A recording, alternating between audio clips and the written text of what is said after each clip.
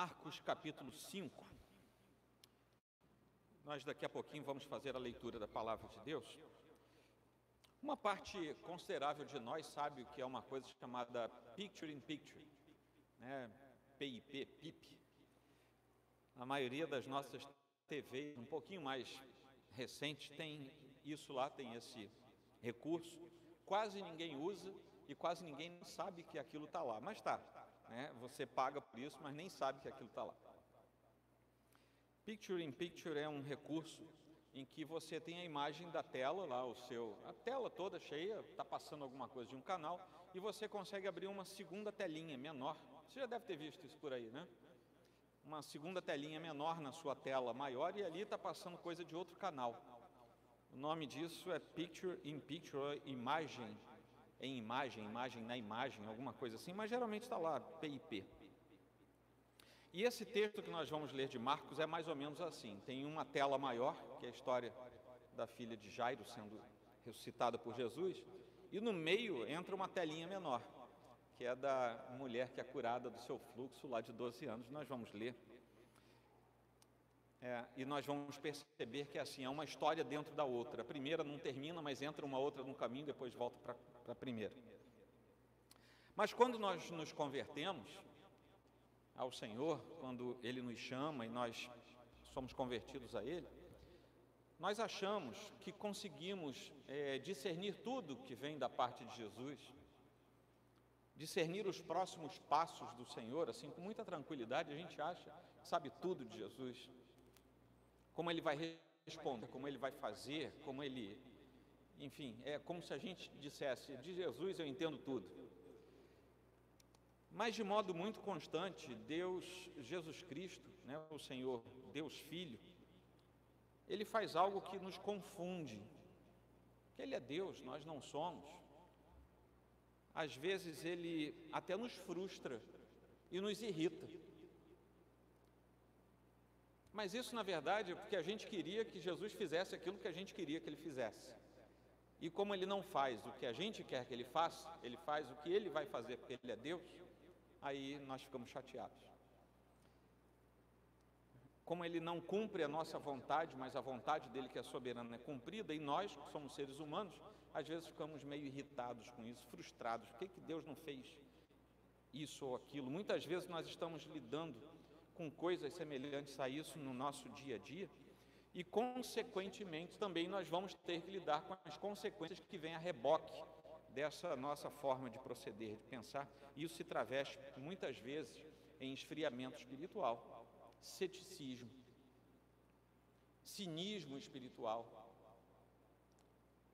Às vezes se traveste numa coisa que nós aqui no conselho, eu e os presbíteros às vezes falamos, de uma preocupação nossa, se traveste muitas vezes no consumo da teologia, pessoas que se tornam consumidoras de teologia. Isso também às vezes é por fragilidade na ortopraxia, o presbítero Jean falou hoje na sua EBD sobre isso. Mas é em momentos assim que muitas vezes as pessoas estão mais vulneráveis aos pensamentos comuns do tipo: se Jesus diz que nos ama, por que Ele permite isso ou permite aquilo? Às vezes nós somos atropelados, assaltados por esse tipo de pensamento. Ou se Jesus realmente nos amasse, Ele não estaria fazendo isso conosco. Você já ouviu isso? Certamente a gente já ouviu isso por aí, porque isso faz parte, inclusive, do jargão comum dentro das igrejas. Hoje nós vamos refletir sobre três aspectos relacionados à fé. Antes de Jesus dizer como Ele disse, e nós vamos ler: menina, eu te mando, levanta-te. O sermão de hoje tem por título Acorda, menina. E nós vamos ler o trecho, que vai do versículo 21 até o versículo 43. Mas o texto central do nosso sermão está nos versículos 40 a 42. Eu vou ler, eu peço que vocês prestem atenção. Tendo Jesus voltado ao barco para o outro lado, afluiu para ele grande multidão, e ele estava junto do mar. Eis que se chegou a ele um dos principais da sinagoga, chamado Jairo, e vendo-o, prostrou-se a seus pés e insistentemente lhe suplicou: minha filhinha está à morte, vem e impõe as mãos sobre ela para que seja salva e viverá. Jesus foi com ele. Grande multidão o seguia, comprimindo-o. Aconteceu que certa mulher, que havia 12 anos, vinha sofrendo de uma hemorragia, e muito padecera a mão de vários médicos, tendo despendido tudo quanto possuía, sem contudo nada aproveitar, antes, pelo contrário, indo a pior, tendo ouvido a fama de Jesus, vindo por trás dele, por entre a multidão tocou-lhe a veste, porque dizia: se eu apenas lhe tocar as vestes, ficarei curada. E logo se lhe estancou a hemorragia, e sentiu no corpo estar curada de seu flagelo. Jesus, reconhecendo imediatamente que dele saíra poder, virando-se no meio da multidão, perguntou: quem me tocou nas vestes? E responderam-lhe seus discípulos: vês que a multidão te aperta e dizes: quem me tocou? Ele, porém, olhava ao redor para ver quem fizera isso. Então a mulher, atemorizada e tremendo, cônscia do que nela se operara, veio, prostrou-se diante dele e declarou-lhe toda a verdade. E ele lhe disse: filha, a tua fé te salvou, vai-te em paz e fica livre do teu mal. Falava ele ainda, ou seja, ele ainda estava falando com a mulher. Falava ele ainda quando chegaram alguns da casa do chefe da sinagoga, a quem disseram: tua filha já morreu, porque ainda incomodas o mestre? Mas Jesus, sem acudir a tais palavras, disse ao chefe da sinagoga: não temas, crê somente. Contudo, não permitiu que alguém o acompanhasse, senão Pedro e os irmãos Tiago e João. Chegando à casa do chefe da sinagoga, viu Jesus o alvoroço, os que choravam e os que pranteavam muito. Ao entrar, lhes disse: por que estáis em alvoroço e chorais? A criança não está morta, mas dorme. E riam-se dele. Tendo ele, porém, mandado sair a todos, tomou o pai e a mãe da criança e os que vieram com ele e entrou onde ela estava. Tomando-a pela mão, disse: Talita cumi, que quer dizer: menina, eu te mando, levanta-te. Imediatamente a menina se levantou e pôs-se a andar, pois tinha 12 anos. Então ficaram todos sobremaneira admirados, mas Jesus ordenou-lhes expressamente que ninguém o soubesse e mandou que dessem de comer à menina. Senhor Deus, estamos com a Tua palavra lida e vamos pensar, refletir sobre ela, expô-la ao nosso coração. Que o Senhor nos ajude, nos abra o olhar do Espírito, a fim de que percebamos e sejamos pelo Senhor instruídos nesta noite. Em nome de Cristo. Amém. Bom, meus irmãos, corria o ano de 2013 e até agosto daquele ano ia tudo mais ou menos normal. E o domingo em que nós comemoramos o Dia dos Pais foi bem tranquilo, com toda a família reunida para o almoço. É normal, né, nas famílias. Mas no dia seguinte, o meu pai sofreu um infarto.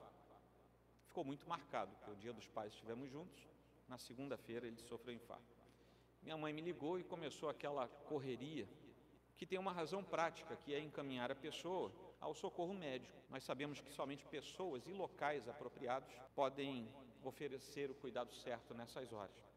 Mas tudo fica muito carregado nesses momentos de emoções. São naturais desse tempo. Eu estou contando isso porque Jairo passou por alguma coisa parecida.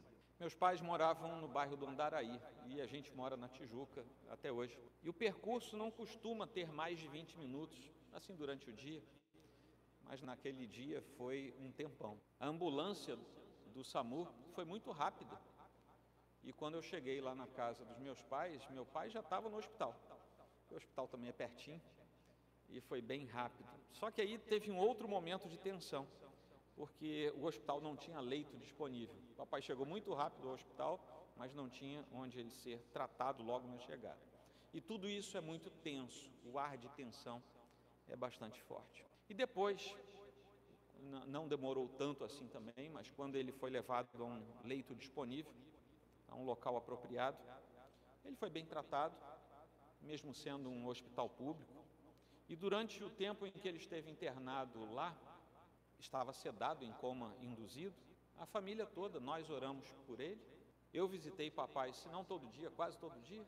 Eu parava do lado da sua cama, lá na UTI, Eu me lembro que eu sempre lia um salmo, um deles eu repeti várias vezes, porque ele gostava muito. Eu orava com ele, eu conversava com ele a respeito das coisas de Deus, mesmo que ele não reagisse. O ser humano tem inúmeros pedidos que constantemente faz a Deus, mas nenhum deles tem tanto impacto em nós como a dependência dos atos de Deus quanto a saúde ou a sobrevida.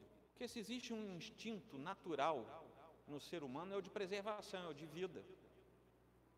E isso fica pior ainda quando a fragilidade de saúde ou o perigo de morte ronda os filhos, porque não é natural que os pais percam seus filhos. Nós somos preparados para perder os mais velhos. A nossa psique não está preparada para perder os mais novos. E nós cremos firmemente que Deus é soberano, particularmente nós, presbiterianos, reformados, nós temos isso muito forte em nós. Nós cremos que Deus é soberano. Nós sofremos os reveses da vida como qualquer outra pessoa, como todas as outras pessoas, com a diferença de que nós continuamos permanecendo em paz, porque nós cremos que Deus ordena todas as coisas, preserva todas as coisas desde o começo, Ele trafega por toda a história pessoal e da redenção. Tudo acontece como Deus permite que aconteça, do jeito que Deus estabelece que aconteça, simplesmente porque Ele quer que aconteça bem antes daquilo acontecer. Ou seja, Deus não é pego de surpresa, Deus sabe por que as coisas acontecem. Isso não nos conduz de forma alguma àquela modorra do casuísmo, sabe, fatalista, mas isso sim nos conduz a um descanso interior, pelo fato de nós sabermos que estamos nas mãos de um Deus que governa todas as coisas. Eu não estou na mão do acaso, o acaso não vai resolver nada para mim.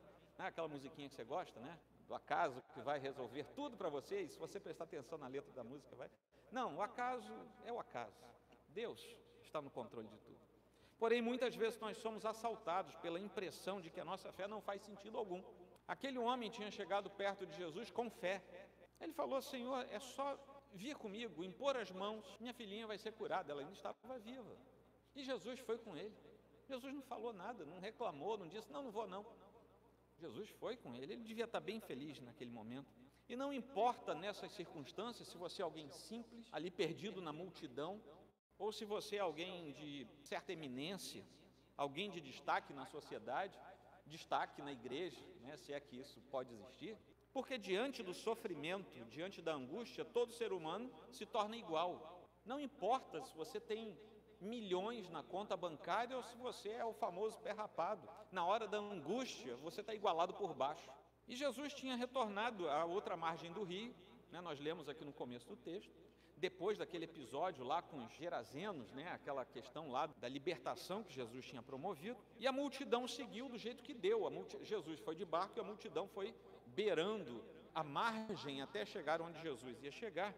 E diz o texto, lá em Lucas 8,40, que é o texto paralelo, Mateus também fala desse episódio, mas de modo muito sucinto, são poucos versículos, mas Lucas também é detalhado. Diz lá que a multidão recebeu com alegria, porque todos o estavam esperando. Mas em meio a toda aquela gente alegre que estava lá esperando Jesus, estava Jairo, profundamente triste e perturbado, porque alguma coisa muito pesada estava sobre o seu coração. Ele era alguém muito importante na sociedade, talvez todo aquele povo fosse composto de gente simples, mas Jairo era importante. Ele era um dos principais da sinagoga, está lá no versículo 22, gente de destaque. E Jairo disse, sem constrangimento algum, cheio de fé, num misto de esperança e desespero de um pai que estava vendo a sua filhinha definhando à beira da morte. Ele chega lá para Jesus e diz: minha filhinha está à morte, versículo 23. Numa fala propositadamente escrita dessa maneira, e no grego é assim mesmo, é o filhinha, de modo carinhoso, como um pai que ama sua filha, a chamaria. Uma fala carinhosa de alguém naturalmente muito ansioso, que quer constranger a pessoa que pode fazer alguma coisa. É a minha filhinha que está à beira da morte. Se o Senhor vier comigo, só puser a mão, ela vai ficar boa. Eu tenho fé para isso. E é possível, num paralelo para os nossos dias, que nós, de alguma maneira, tenhamos semelhança com Jairo, em que nós, no meio de um monte de gente, aparentemente alegre, tranquila, sem maiores problemas, nós estejamos em silêncio, amargando coisas dentro de nós.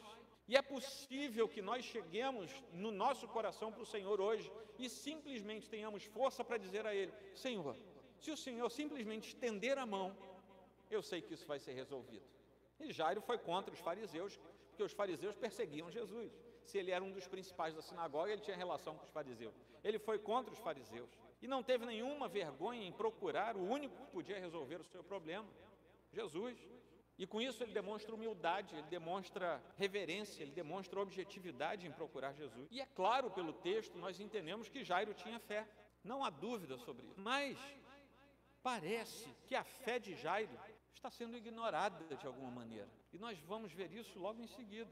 Para Jairo não fazia a mínima diferença se a sua filha já estava desenganada, porque ele tinha fé naquilo que Jesus poderia fazer, ele já tinha ouvido falar o que Jesus fazia. E como um judeu praticante que ele era, talvez ele se lembrasse naquela hora, como o profeta disse, a mão do Senhor não está encolhida, para que não possa salvar, nem o surdo o seu ouvido, para não poder ouvir. Isaías falou isso, 59:1. Ou quem sabe, ele estava com as palavras do salmista, Salmo 107, versículo 20, enviou-lhes a sua palavra e os sarou e os livrou do que lhes era mortal. Quem sabe ele estava dizendo, minha filha está enfrentando o que é mortal, o Senhor vai enviar a sua palavra. Ou mesmo, voltando a Isaías 53:4, ele tomou sobre si as nossas enfermidades e as nossas dores, levou sobre si, e nós o reputávamos por aflito, ferido de Deus e oprimido. Um texto que fala sobre o Messias, que estava ali diante dele naquela hora. Talvez ele não tivesse consciência de que estava diante do Messias. E o versículo 24, a sua parte A, diz simplesmente, Jesus foi com ele. Jesus entendia daquilo, porque Deus é Pai, conhece e reconhece o sofrimento dos seus filhos. Jesus sabia o que aquele homem passava, porque Deus, o Deus triuno, olha para a humanidade e vê filhos que sofrem, que gemem, alguns deles eleitos desde a eternidade, que ainda não conhecem o Senhor pelo seu chamado eficaz. Deus sabe o que é o sofrimento interior de um dos seus filhos. E ali Jesus, o Deus Filho, simplesmente foi com ele. Mas há uma guinada na história, é a telinha pequena que aparece aqui no meio da história principal. Jesus para no meio do caminho e Marcos descreve em 10 versículos, aqui da parte B, do 24 até o 34, o que aconteceu para que Jesus curasse uma mulher. Vejam bem, Jesus foi com ele, mas ele parou no meio do caminho. Os 3 evangelhos, Mateus, Marcos e Lucas, os 3 evangelhos sinóticos, dizem que a mulher sofria de uma hemorragia havia 12 anos. Você imagina o que é que você perder sangue por 12 anos sem parar? Que era o mesmo tempo de vida da filha de Jairo. Esse texto ele tem vários elementos muito interessantes, porque o tempo de sofrimento daquela mulher era o mesmo tempo de vida da filha de Jairo. Papai tinha melhorado bastante. Aí um dia os médicos falaram comigo que eles iam tirá-lo do coma induzido no dia seguinte, porque ele já demonstrava uma excelente recuperação, mas alguma coisa aconteceu no meio do caminho. Uma coisa imprevisível aconteceu bem no dia seguinte a essa notícia, porque lá pelas 4 horas da manhã eu acordei com o telefone tocando. E nessa hora, quem tem gente no hospital sabe, corre um gelo pela espinha. E a voz do outro lado confirmou se era eu mesmo ao telefone e me pediu para ir pela manhãzinha ao hospital. É claro, gente, você já sabe o que aconteceu. Aí fica aquela coisa, mas o médico não falou que tinha melhorado, né? E existe uma circunstância que é muito comum as pessoas que estão hospitalizadas terem um indício de melhora e logo depois falecerem. E chegando lá no hospital, fui bem cedinho, o assunto rondava 3 Joéis, porque papai se chamava Joel, eu sou Joel Júnior. E o doutor que me recebeu se chamava Joel. E a suspeita se confirmou naquele momento, porque o doutor Joel me deu a notícia do óbito do papai. Tinham-se passado cerca de 15 dias, depois daquela segunda-feira do infarto. E após ficar todo aquele tempo no CTI, papai faleceu. A igreja orava, os irmãos oravam, a família orava, eu orava, mas não era o tempo da cura física, nem o tempo de respostas como nós queríamos que elas viessem, porque nós não somos Deus. Nós não dizemos para Deus, faz assim, e Ele faz. Ele é soberano. Nós podemos e devemos pedir, mas precisamos nos dobrar diante da vontade de Deus. O episódio com Jairo também chegava a um momento imprevisível. Qualquer pessoa apenas fecharia os olhos naquele momento e o gelo correria por sua espinha. Foi o que aconteceu comigo, foi o que aconteceu com Jairo também. é aquela sensação de que não há mais nada a fazer. Porém, muitas vezes, é exatamente em meio ao sofrimento que Jesus nos mostra o seu lado mais poderoso e amoroso.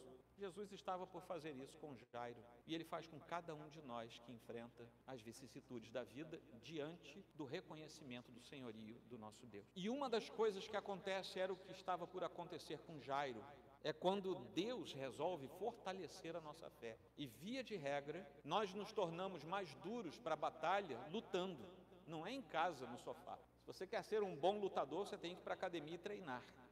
Se você quer ser um bom soldado, você tem que ir para o estande de tiro e para o local de treinamento e treinar incessantemente. Essa, inclusive, é uma figura do Novo Testamento. Somos soldados. E nesse momento, o Senhor Jesus tinha um propósito que não era ainda claro para a vida de Jairo. Mas ali estava ele, Deus operando com seus propósitos naquela vida. Jesus ainda estava falando com a mulher, versículo 35, que tinha acabado de ser curado. E agora Jesus chamava essa mulher, versículo 34, passou a chamar aquela mulher de filha. Veja bem, ele estava cuidando de Jairo, cuja filhinha estava à beira da morte. Ele para no meio do caminho e cuida de uma mulher que já não sabia mais o que fazer. E quando ele chama, ele olha para aquela mulher e diz: filha, a tua fé te salvou, vai-te em paz e fica livre do teu mal. Ele ainda estava falando com aquela mulher, quando chegam umas pessoas sem nenhuma sensibilidade, dizem para Jairo assim: tua filha já morreu. Olha só como é que se dá a notícia da morte. Tua filha já morreu, por que ainda incomodas o mestre? Dá vontade de pegar um sarrafo e bater nesse pessoal, não dá? Nenhuma sensibilidade. Mas Jesus simplesmente ignorou aquelas pessoas. A multidão e a mulher recém-curada estavam muito felizes. A multidão já estava feliz e agora a mulher também estava muito feliz. Mas agora Jesus ignorava essa alegria toda. Os emissários falaram grosseria, mas Jesus ignorou a grosseria. A filhinha de Jairo estava morta, mas Jesus ignorou isso também. Jairo devia estar arrasado naquele momento, mas Jesus ignorou o que estava acontecendo com Jairo. Ao chegar a casa, havia alvoroço, gente chorando muito, mas Jesus ignorou esse povo todo. Quando ele olha para os lados, tinha gente debochando, zombando de Jesus, porque ele disse que a menina estava apenas dormindo. Jesus ignorou a zombaria e o deboche.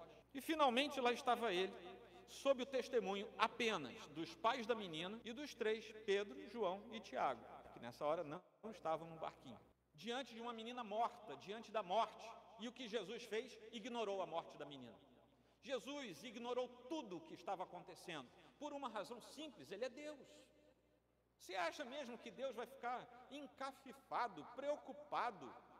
Deus é Deus, ele ignora, porque ele age, e quando ele quer agir, ele não age porque ele faz como nós, ele não age por compulsão, ele age soberana e absolutamente, porque ele é Deus.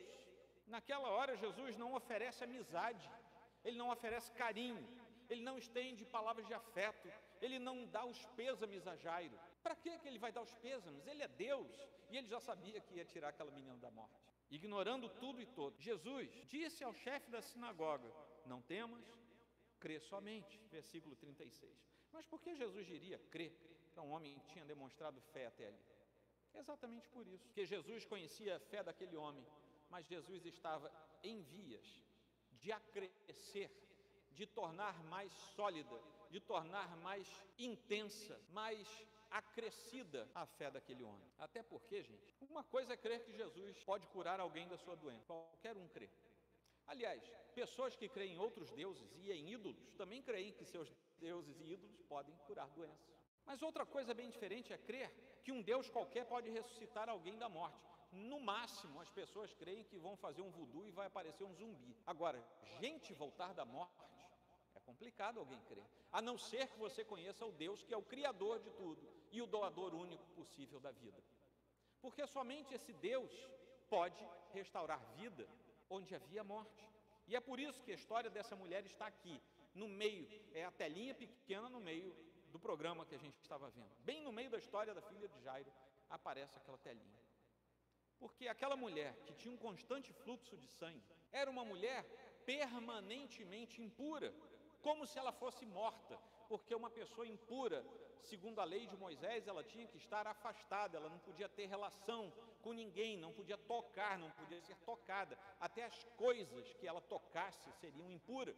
Você imagina, uma pessoa impura no Antigo Testamento, se sentava numa cadeira, num banco, ninguém podia sentar ali, era impuro, tinha que passar por um ritual de purificação. E ela estava inserida no contexto de Levítico 15, só para você entender por quê. Nós lemos ali que a mulher, esse trecho de Levítico 15, fala das impurezas de homens e mulheres. E ali fala que quando a mulher menstruasse, ela seria considerada impura por 7 dias. E somente depois desse período ela poderia voltar à vida normal. Naquele período seria considerada impura. E ninguém podia tocar nela. Onde ela sentasse, ou se ela tocasse alguém, também seria tudo impuro. Aquela mulher estava de acordo com o versículo 25 de Levítico 15, onde nós lemos assim: quando tiver fluxo do sangue, por mais tempo do que o costumado, todos os dias do fluxo será imunda, como nos dias da sua menstruação. Vejam bem, aquela mulher havia 12 anos, não podia ter relação com ninguém. Não podia ter ninguém perto. O desespero dela foi tão grande que ela se meteu numa multidão em que estava todo mundo apertado e certamente ela tocou em alguém. E foi tocada por alguém. E ela foi tocar em quem, propositalmente? Em Jesus. Ela tocou deliberadamente em Jesus. Aquela mulher estava imunda havia 12 anos porque a sua hemorragia não parava. A mulher estava como se fosse morta havia 12 anos, o mesmo tempo de vida da filhinha de Jairo. E de imunda perante todos e perante Deus. Agora Jesus a chamava de filha porque ela tinha sido curada. Filha, você está curada, vai, você está livre desse mal. Deus não se dirige a pecadores e simplesmente diz a esses pecadores que eles vão poder andar sobre as águas, ou que eles vão pegar a fé como um grão de mostarda e vão mover os montes. Isso é para filhos de Deus, isso não é para qualquer um. Não adianta você pegar uma camisa e escrever um fé desse tamanho na frente, não vai resolver nada. Ou ter um boné, eu já vi camisa e boné escrito fé, bonitinho, né, aquele estilizado, não adianta de nada, aquilo ali não resolve nada. Se você quiser usar, pode usar, não é pecado, mas que aquilo ali vai resolver alguma coisa, não vai. A gente não anda com amuletos. Tudo isso é apenas para os que creem em Deus, como Deus quer que se creia nele. Não é simplesmente achar, puxa, até que eu acho que Jesus pode curar. Não é isso. É uma fé que o próprio Deus implanta. Não adianta você ficar de olho fechado fazendo, sabe, sinais e gestos, fazendo perninha de chinês e dizendo que vai entrar no cosmos. Não adianta, você não vai para lugar nenhum. Porque é Deus quem implanta em nós essa fé que move montanhas. E move as montanhas que Ele quer mover através da instrumentalidade dos seus filhos. Não é para o nosso bel prazer, vou ficar meditando e aquele prédio ali vai sair da frente. Não é assim. A gente não vai virar mágico para ganhar dinheiro na esquina. E o próprio Deus implanta em nós a fé, porque o maior milagre que Ele quer operar começa em nós para sermos seus filhos. É exatamente quando Ele entra em nós pela ação do Seu Santo Espírito, nos convence daquilo que nós somos, e o nosso coração de algo pétreo é transformado em algo de carne. Para usar a linguagem do Novo Testamento, o maior milagre que pode existir, e que ninguém consegue fazer, nem o próprio alvo do milagre consegue fazer isso. Não é força da mente, é fé verdadeira inoculada por Deus naquele que será tocado. Isso Jesus fez com a mulher e isso Jesus fez com a família de Jairo. Fé genuína, como a daquela mulher, como a de Jairo, como a do ladrão do lado de Jesus na cruz. É a fé de quem realmente creu, de quem não vai perecer, de alguém que terá vida eterna. João 3,16. E essa fé finalmente é aprovada. A filhinha estava sendo devolvida a Jairo no final da história, totalmente bem, novamente viva, já curada, porque ela morreu porque estava doente. Então Jesus dá vida e cura, senão ela ia morrer de novo logo em seguida. Ela se levantou, começou a andar pelo local e foi comer. Era uma adolescente normal. Novamente era uma adolescente normal. Versículos 42, 43, você pode ver isso, lá em Lucas 8, 54, 55 também. E Jesus tinha acabado de falar carinhosamente com aquela menina. Jairo chamou aquela menina de filhinha. E Jesus diz, Talitá cumi, versículo 42, que aqui está traduzido, né? Menina, eu te mando, levanta-te. Quando a gente volta lá para o grego, a gente vai ver que é como se ele estivesse chamando assim, senhorita, uma senhorita jovem, que a gente poderia traduzir hoje por menininha, sabe? Não é uma coisa seca, Jesus também foi carinhoso com aquela menina. É como se ele dissesse, garotinha, levanta daí. E agora que ela está viva de novo, é natural que ela andasse, né? Você não deve conhecer muito adolescente que fica parado, né? Embora ela fosse a filhinha, a menininha dos pais, a filha única, ela tinha 12 anos e precisava se comportar como uma adolescente, sabia andar sozinha, e ela levanta, está totalmente viva e curada. E Marcos provavelmente acrescenta esse dado para a gente entender, nós que somos leitores entendermos, o termo carinhoso que Jesus usou, aquele menininha, levanta. E ao final de tudo, Jesus, tendo provado a fé de Jairo, ele também aprovou a fé daquele homem. Logo que acontece um óbito em família, começa o outro corre-corre. O primeiro é para tentar a cura, o restabelecimento. O segundo já tem a ver com os preparativos para os dias difíceis do sepultamento e para o que vem depois. Avisar a família não é uma tarefa fácil, mas avisar aos mais próximos é ainda mais difícil. E a correria acontece, né? Porque os prazos são exíguos, tem que resolver muita coisa. A nossa família é quase toda de cristãos professos, de tradições diferentes, mas cristãos professos. E por isso, não houve desespero na família, embora nós tenhamos ficado tristes. Isso é normal. No dia seguinte ao falecimento do papai, já com tudo acertado, veio o sepultamento. E ali estavam os familiares, amigos de algum tempo, e a igreja que eu pastoreava naquela ocasião, e que papai tinha passado a frequentar. Ele tinha se jubilado, ele era um pastor, também já tinha se jubilado, ele tinha passado a frequentar a nossa igreja. Quase todos os domingos, a gente passava lá na esquina do papai, ele já estava ali embaixo, ele entrava no carro, ia para a igreja com a gente, era o culto da manhã, lá na outra igreja era o contrário, o culto mais acolhido pela igreja era o da manhã. A gente ia, e um pouquinho antes do almoço, já na volta da igreja, nós deixávamos ali de volta antes do almoço. Mas no caso do papai, Deus quis nos dar uma resposta diferente da cura e do seu retorno na casa. Ele não nos deu a mesma resposta que deu a Jairo. O milagre veio na forma de salvação. A família estruturada e salva. O longo ministério pastoral que o papai teve. São respostas favoráveis que Deus nos permite ver. E a nossa fé foi fortalecida no meio daquilo tudo. Quando nós vimos tudo isso, e quando nós vimos também os atos soberanos de Deus, nós nos lembramos que o maior de todos os milagres já tinha acontecido ali, naquele momento.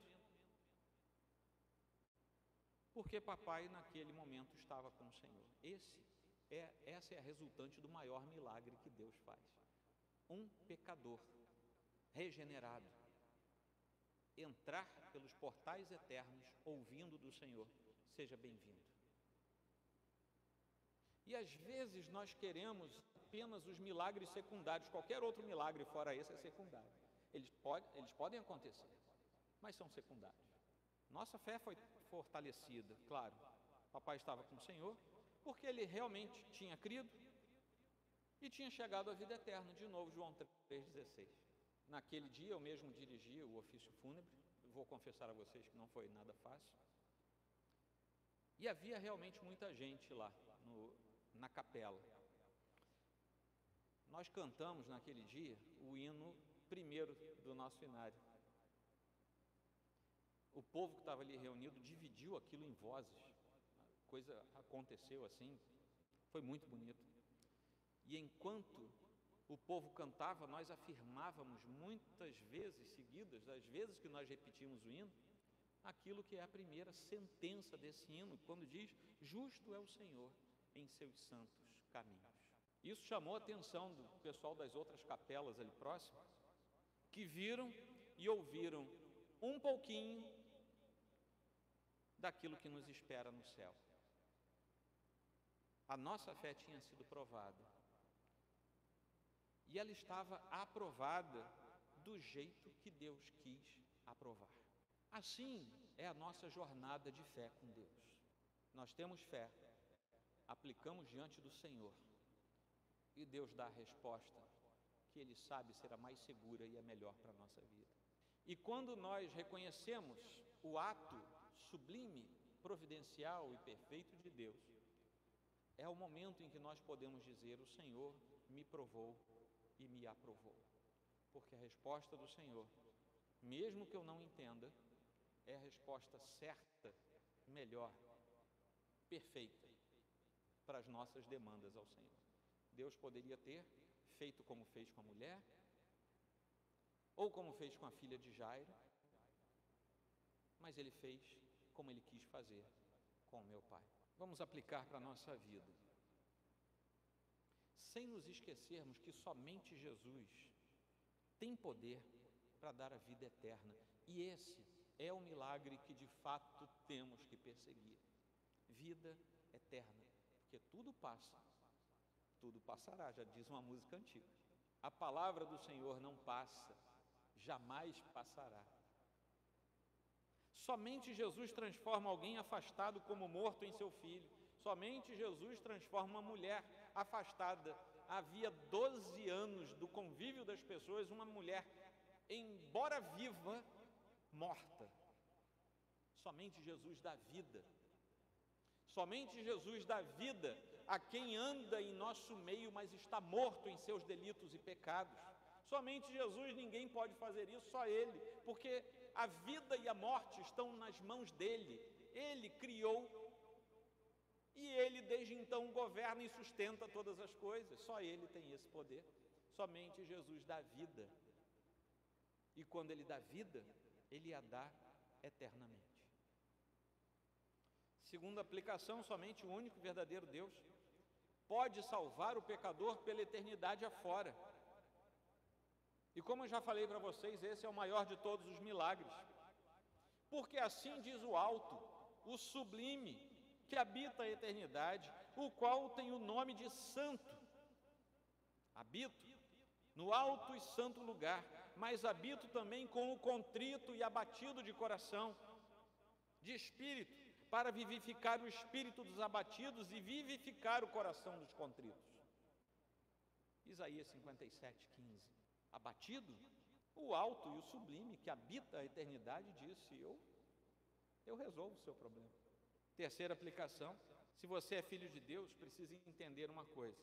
Você pode ter fé e ela pode ser ignorada, como aparentemente a fé de Jairo foi ignorada. Isso não quer dizer que Deus não ouça você, mas pode querer dizer, e comumente quer dizer, que Ele vai provar a sua fé e vai aprovar você. Basta que você se mantenha íntegro diante dEle e reconheça quem Ele é. E se você é filho, esse é o caminho natural. E uma vez provando e aprovando a sua fé, você terá dado um passo seguinte na jornada com Deus. Essa foi a terceira, quarta e última aplicação.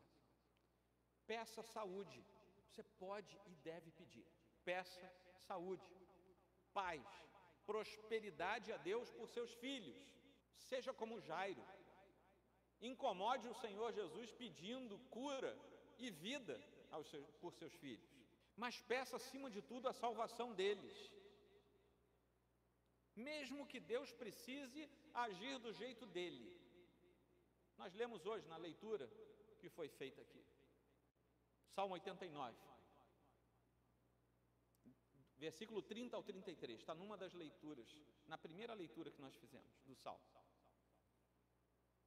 Esse salmo promete que mesmo que os filhos se afastem do Senhor, prestem atenção, peça salvação de Deus para os seus filhos, porque há uma palavra do Senhor que diz que mesmo que seus filhos se afastem do Senhor, Ele os disciplinará e os manterá nele. E nós casamos essa leitura com 2 Samuel 7, 14 e 15, que também lemos hoje. É uma promessa feita pelo Senhor a Davi, sobre o filho de Davi. Diz assim o texto: eu lhe serei por pai, falando do filho de Davi. Eu lhe serei por pai e ele me será por filho. Se vier a transgredir, castigá-lo-ei com varas de homens e com açoites de filhos de homens.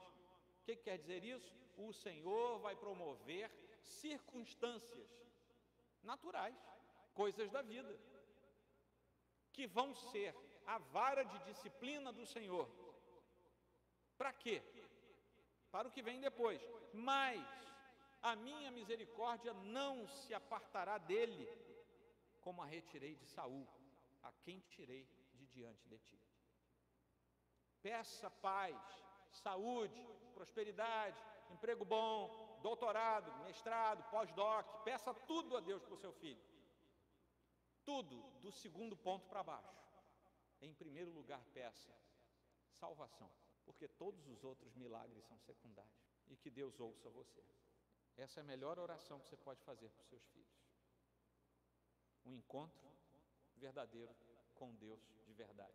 Mas pastor, eu ainda não tenho filho. Ore assim mesmo. Lá em casa nós oramos por nossos filhos, pela salvação deles, desde sempre. E nós oramos pelos cônjuges que nós ainda não conhecemos dos nossos filhos, desde antes dos nossos filhos nascerem. São coisas que a gente pede. O milagre vem de Deus. A bonança vem de Deus. Mas nada se compara a um pedido. Senhor, resgata o coração dos meus filhos. O dia que Deus resolver disciplinar os seus filhos, ao invés de você lamentar, diga assim: Deus está cumprindo a sua palavra. Ele os está disciplinando, porque Ele não vai se apartar deles, e Ele os vai trazer de volta. Porque essa é a realidade de muitos na igreja. Mas assim como a filhinha de Jairo voltou à vida e foi curada, que Deus traga a vida e cure os nossos rebentos e a nossa geração. Amém, queridos? Senhor Deus, oramos ao Senhor com nosso coração dedicado ao Senhor, suplicando a Tua bênção e a Tua graça, e desejando que tudo aquilo que foi meditado nesta noite seja para a honra e glória do Teu nome, para crescimento do Teu povo, para a salvação dos impenitentes, para a santificação dos Teus filhos, para a correção na Tua presença. Em nome de Cristo Jesus. Amém.